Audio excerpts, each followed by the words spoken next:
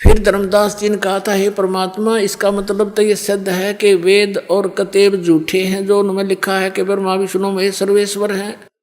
वेदों में ब्रह्मा विष्णु महेश को सर्वशक्तिमान बताया है, अजर व अमर बताया है। तो परमात्मा ने कहा, वेद कतेब झूठे नहीं भाई, झूठे हैं ये समझे ना ही।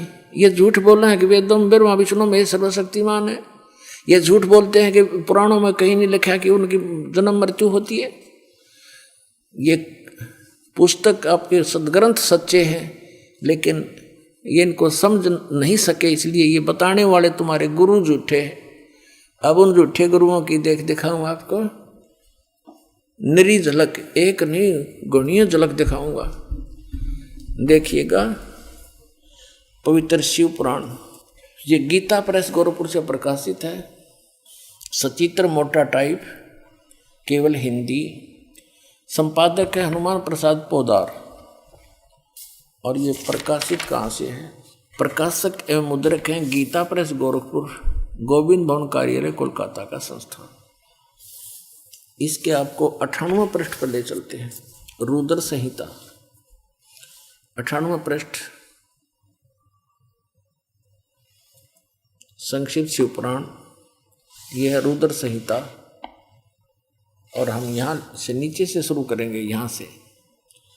ये 5वां अध्याय के अंत में यहाँ से लिंक हो जाएगा आगे का जो हम पढ़ना चाहते हैं। अपने पुत्र नारद की यह बात सुनकर लोक पिता मह ब्रह्मा वहाँ इस प्रकार बोले। नारद ने सृष्टि रचना के बारे में पूछा। ब्रह्मा जी को जैसा ज्ञान था वो ऐसे यहाँ सुनाया 6ठे अध्याय में रुद्र संहिता और पृष्ठ नंबर 99 पर। ब्रह्मा जी ने कहा, ब्रह्मन देव शिरोमणे, तुम सदा समस्त जगत के उपकार में लगे रहते हो। तुमने लोगों के हित की कामना से बहुत उत्तम बात पूछी है। जिस समय समस्त चराचर जगत नष्ट हो गया था, सर्वत्र अंधकार ही अंधकार था, उस समय तत् सद ब्रह्म, इस श्रुति में जो सत सुना जाता है एकमात्र वही शेष था। 100 पृष्ठ पे, जिस परब्रह्म के विषय में ज्ञान और अज्ञान से पूर्ण उक्तियों द्वारा इस प्रकार विकल्प किए जाते हैं, उसने कुछ काल के बाद द्वितीय की इच्छा प्रकट की। उसके भीतर एक से अनेक होने का संकल्प उदित हुआ। तब उस निराकार परमात्मा ने अपनी लीला शक्ति से अपने लिए मूर्ति माने आकार की कल्पना की। फिर वो क्या बना देखिएगा। जो मूर्ति रहित परम ब्रह्म है उसकी मूर्ति भगवान सदाशिव है।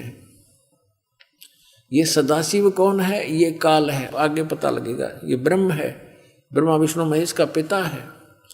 अर्वाचीन और प्राचीन विद्वान उन्हीं को ईश्वर कहते हैं। उस समय एकाकी रहकर स्वेच्छानुसार विहार करने वाले उन सदाशिव ने अपने विग्रह से स्वयं ही एक स्वरूप भूता शक्ति की सृष्टि की। विग्रह माने शरीर से। अब ये ब्रह्मा विचलित है। कबीर परमात्मा ने इनको ज्ञान देने की चेष्टा भी की थी, पर उनसे सुना हुए ज्ञान को दूसरी तरह घुमाकर बता रहा है कि सदाशिव ने अपने शरीर से एक स्त्री की उत्पत्ति की, जो उनके अपने श्रीअंग से कभी अलग होने वाली नहीं थी।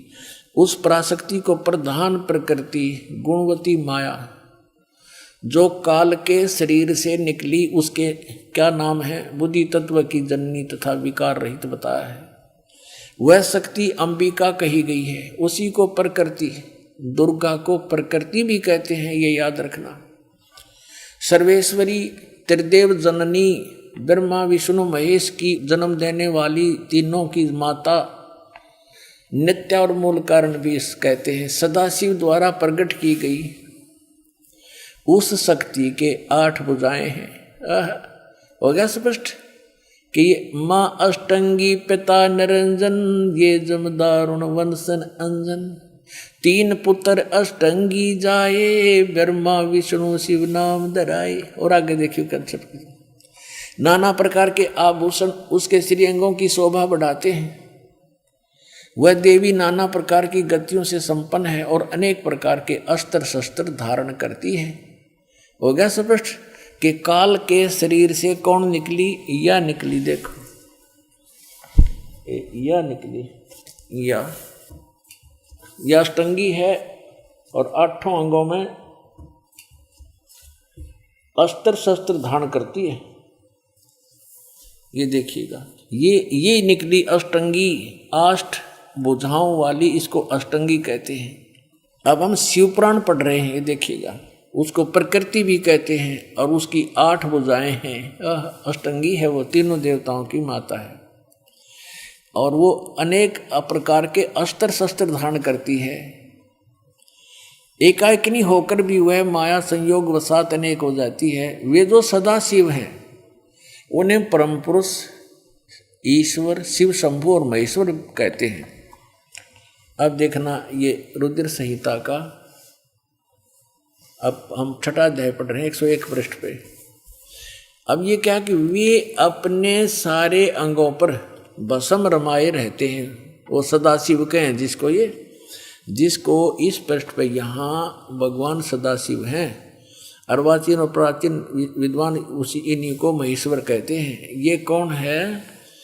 वे अपने सारे अंगों पर भस्म रमाए रहते हैं। उन काल रूपी ब्रह्म ने, इसको काल कहो चाहे ब्रह्म कहो, सरपुरुष कहो, और गीता ज्ञान दाता यही है, श्री कृष्ण में प्रवेश करके बोल रहा है।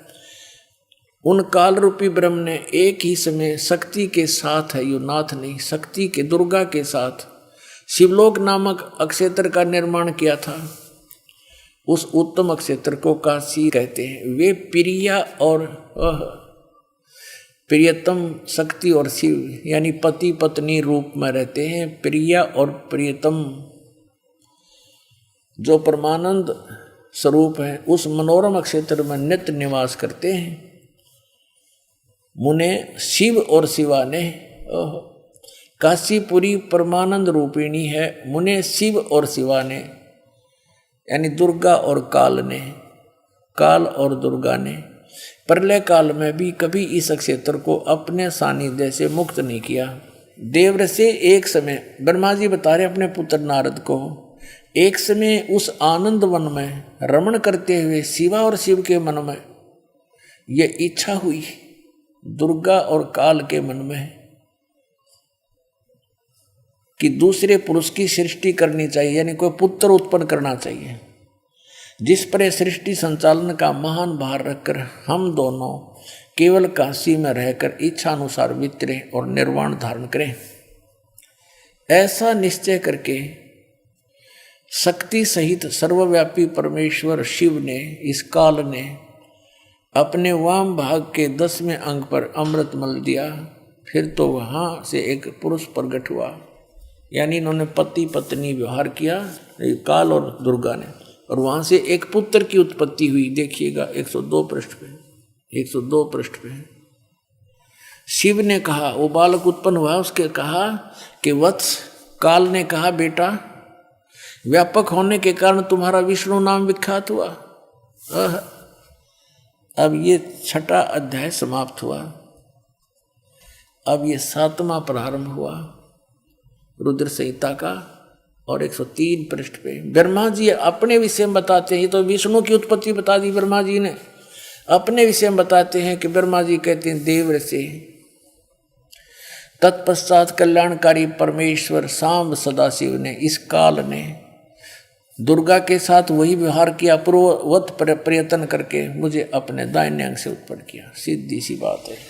आगे तो ये नहीं इतना कुछ लिख रखा है, आदमी में मेंटल हो जाए पढ़ता पढ़ता। हमने अपने काम की वस्तु लेनी है। अपने आत्माओं, यहाँ इस पवित्र पुराण ने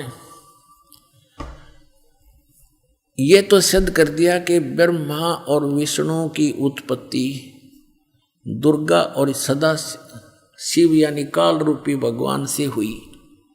ये इनके पुत्र हैं।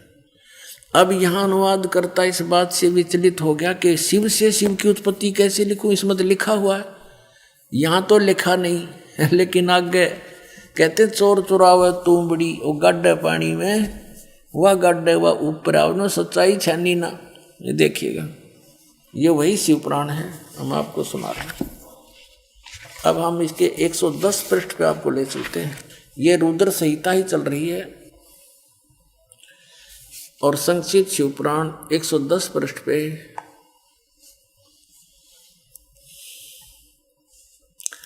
यह लिखा कि इस प्रकार ब्रह्मा, विष्णु और रुद्र इन 3 देवताओं में गुण हैं, परंतु शिव ये काल, ये इनसे न्यारा कहा गया, गुणातीत माने गए हैं, इनसे भिन्न है।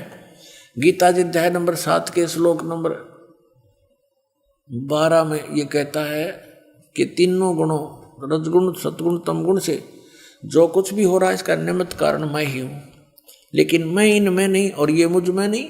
तो यहाँ भी ये स्पष्ट किया है कि वो इनसे न्यारा है। अब यहाँ भी कंसेप्ट क्लियर नहीं हो पाया कि भी रुद्र भी कह दिया। अब यहाँ आप दिखाते हैं आपको, पृष्ठ नंबर 24 पर आते हैं शिव पुराण के। ये देखो, एक समय क्या हुआ, ब्रह्मा और विष्णु जी का आपस में इस बात पर युद्ध हो गया कि ब्रह्मा जी कहता है विष्णु जी को कि मैं तेरा बाप हूं, तेरी उत्पत्ति मुझसे हुई है क्योंकि मैं सबकी सृष्टि करता हूं। विष्णु जी कहने लगे नहीं, मैं तेरा पिता हूं, तू मेरी नाभि कमल से उत्पन्न हुआ है। ये कारण क्या होता है कि जिन महापुरुषों, ऋषियों ने साधना करी, हठ योग करके समाधिस्थ हुए, तो इस काल भगवान ने किसी को तो ब्रह्मा के रूप में दर्शन दे दिया, क्योंकि उसने स्वयं प्रतिज्ञा कर रखी है कि मैं किसी के सामने अपने वास्तविक रूप में नहीं आऊंगा। तो ये कभी अपने पुत्र ब्रह्मा के रूप में दर्शन दे देता समाधि दशा में। तो जिस ऋषि ने समाधि दशा में ब्रह्मा जी के रूप में काल के दर्शन हो गए, उसने डंडोरा पीट दिया, मुनादी कर दी और ब्रह्मा जी के पास आकर कहने लगे, हे भगवान आप तो खुद परमात्मा हो, मैंने साधना करके आपको खोज लिया है। हर ब्रह्मा जी को पता भी कोई नहीं क्या कह रहे हैं, लेकिन एक ने, 2 ने, 10 ने ऐसे कहा तो ब्रह्मा जी फूल गए, चौकस हो गए, सचमुच मैं ही भगवान हूं। फिर तो ऐसे ही किसी को विष्णु जी के रूप में दर्शन दे दिए, तो वो विष्णु जी को कहता है कि खुद भगवान है, अपने को छुपाए बैठे हैं, ये तो परम पिता है, मैंने समाधि दशा में इनके दर्शन हो गए, मैंने खोज लिया भगवान ये परमात्मा है। ऐसे ही किसी को उसने शिव रूप में दर्शन दे दिए, अपने पुत्र तमोगुण शिव के रूप में। तो उन ऋषियों ने भगवान शिव को भगवान सिद्ध कर लिया। तो इनका न्यो भ्रम बन गया। इस भ्रम के कारण दोनों की लड़ाई होगी। इन दोनों का युद्ध समाप्त करने के लिए इस काल भगवान ने, ब्रह्म ने ऊपर से एक लिंग छोड़ दिया तेजों में, सतंभ, और ये लड़ना तो भूल गए, उसकी खोज में लग गए। अब लंबा कहानी ना बताएं तो क्या है, उस समय ये काल अपने पुत्र शिव के रूप में प्रकट हो गया और इनसे क्या वार्ता करी देखिएगा। ये विद्वेश्वर संहिता है, संक्षिप्त शिव पुराण 24 पृष्ठ पे ये लिंग बीच में खड़ा कर रखा है, ये ब्रह्मा जी और विष्णु जी के बीच में। फिर वो स्वयं आकर के इनके सामने खड़ा हो जाता है। फिर इनकी आपस में क्या वार्ता होती है ये देखिएगा। प्रश्न नंबर 25 पे विद्वेश्वर संहिता। ब्रह्मा और विष्णु ने पूछा, प्रभो इस काल से पूछा, सृष्टि आदि 5 कर्तों के लक्षण क्या है, यह हम दोनों को बताइए। भगवान शिव बोले, मेरे कर्तव्यों को समझना अत्यंत गहन है, तथापि मैं कृपा पूर्वक उनके विषय में बता रहा हूँ। ब्रह्मा और विष्णु सृष्टि, पालन और संहार, तिरोभाव और अनुग्रह, ये 5 ही मेरे जगत संबंधी कार्य हैं जो नित्य सिद्ध हैं। संसार की रचना जो आरंभ है उसी को सर्ग या सृष्टि कहते हैं। यहाँ क्या कहता है, पुत्रो, ब्रह्मा और विष्णु को कह रहा, पुत्रो तुम दोनों ने तपस्या करके कहता तुमने तपस्या कर ली और मन प्रसन्न होकर दे दिए। बता, इनने का जूत, इनने का सिर, ठेकेदारी आप ले रहा। कहता तुमने तपस्या कर ली और मैंने खुश हो गए दे दिए, फिर तेरा बीच में कह रहे गए तपस्या करके अपना मेहनत मजदूरी करके प्राप्त किए। फिर भी देखो पुत्रों, तुम दोनों ने तपस्या करके प्रसन्न हुए मुझ परमेश्वर से सृष्टि और सतिथि नामक 2 कृत, ये 2 पोस्ट, 2 पद प्राप्त किए हैं, ये तुम्हें बहुत प्रिय। इसी प्रकार मेरी विभूति स्वरूप रुद्र और महेश्वर ने है, यो मैं नहीं है, ने 2 अन्य उत्तम कृत्य संहार और त्रोभाव मुझसे प्राप्त किए, परंतु अनुग्रह नामक कृत दूसरा कोई नहीं पा सकता। अब देखो, अब क्या हो गए, 2 तो ये हो गए ब्रह्मा और विष्णु, इसने सृष्टि और सतिथि नामक के 2 जॉब मिल गई, और रुद्र और महेश्वर ये 4 हो गए, और 5वां यू बोलनिया। इतना स्पष्ट हो गया अपना आत्मा। अब ये भी सिद्ध करना पड़ेगा कि वो काल बोल रहा था, ये काल है ब्रह्मा विष्णु महेश का पिता, और दुर्गा इनकी माता, अष्टंगी, 8 भुजाओं में शस्त्र ले रही, इसको अष्टंगी भी कहते हैं। ये देखिएगा, अब इसी पर इस 26 पृष्ठ पर ही अभी आप यहाँ पढ़ रहे थे, और अब यहाँ पढ़ेंगे हम इसी पर। मैंने पूर्व काल में अपने स्वरूपभूत मंत्र का उपदेश किया है, जो ओंकार के रूप में प्रसिद्ध है। वह महामंगलकारी मंत्र है। सबसे पहले मेरे मुख से ओंकार यानी ओम प्रकट हुआ, जो मेरे स्वरूप का बोध कराने वाला है। ओंकार वाचक है, मैं वाच्य हूँ। यह मेरा मंत्र है, यह मंत्र मेरा स्वरूप ही है। प्रतिदिन ओंकार का निरंतर स्मरण करने से मेरा ही सदा स्मरण होता है। मेरे उत्तरवर्ती मुख से अकार का, पश्चिम मुख से उकार का, दक्षिण मुख से मकार का, यानी ए, उ और मैं, जिससे ये ओम बनता है, और पूर्ववर्ती मुख से बिंदु, ये जो ओम है इसके विषय बता रहा कि यू ए उ और यू पर बिंदु, तथा मध्यवर्ती मुख से नाद का प्राकट्य हुआ है। इस प्रकार 5 अवयवों से युक्त ओंकार का विस्तार हुआ। इन सभी अवयवों से, इन सभी पार्टों से ए उ मैं बिंदु और इस बिंदु से, नाद से, कहते ये एकीभूत होकर यह प्रणव ओम नामक एक अक्षर हो गया। ये ओम नामक एक अक्षर है ओम, इसको ओंकार कहो, इसको ओम कहो, और चाहे ऐसा लिखकर इसको एक अक्षर ओम कहो। ये ओम है, एक अक्षर हो गया, और ये मेरा मंत्र है। असली मंत्र कहता है ये है मेरा।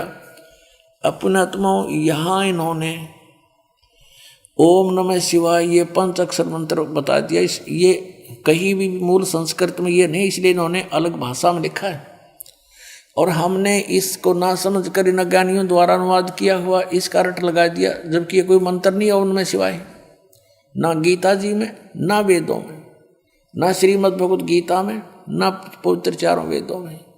तो ये मनमुखी आचरण के नाम हैं, जो हमें यूजलेस थे, कोई लाभ नहीं हुआ।